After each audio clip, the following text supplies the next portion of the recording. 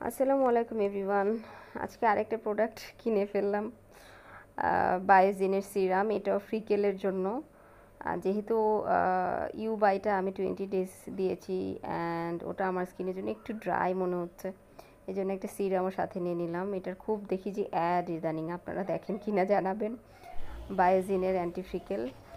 আচ্ছা, আমাদের সবারই আসলে এক আয়াত করে হলেও মুসলিম যেহেতু কোরআন শরীফ পড়া উচিত, তাহলে আমরা ইনশাআল্লাহ এ দুনিয়া আখেরাত দুইটাই পেয়ে যাব ইনশাআল্লাহ।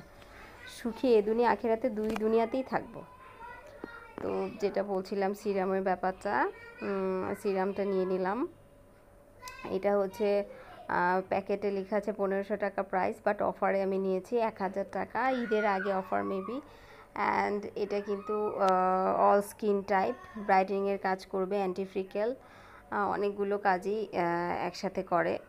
অ্যান্ড সিরামটা নেয়ার পেছনে আমার মেইন রিজন হচ্ছে স্কিনটা যেহেতু ড্রাই হয়ে যায়, অ্যান্ড আমি অ্যান্টিফ্রিকেলের একটা প্রোডাক্ট ইউজ করছি, ক্রিম। সো এটা যেহেতু সিরাম, অ্যান্টিফ্রিকেলেরই সিরাম, সো দ্যাট ট্রাই করে দেখি।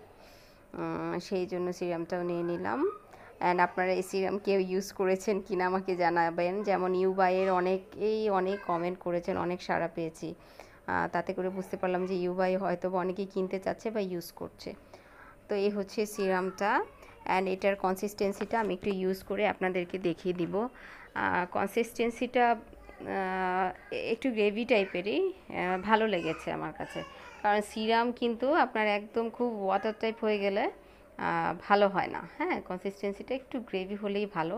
অ্যান্ড এটা কিন্তু 30 ml আছে।